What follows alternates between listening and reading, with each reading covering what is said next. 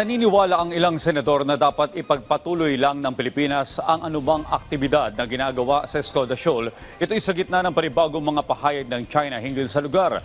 Ayon kay Senate President Pro Tempore Jinggoy Estrada, ang BRP Teresa Magbanwa ng Philippine Coast Guard na nakaistasyon sa Escoda Shoal ay nasa bahagi naman ng ating exclusive economic zone, base na rin sa international law.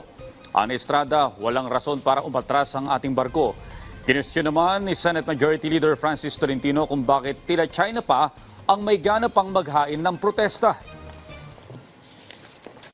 Bahagi naman yun ng ating 200 nautical miles exclusive economic zone. Dapat siguro sila yung umalis kasi nandun tayo sa ating exclusive economic zone. So bakit sila magfa-file ng protest? Di ba? So hindi tayo dapat paalisin yun kasi lugar natin yun.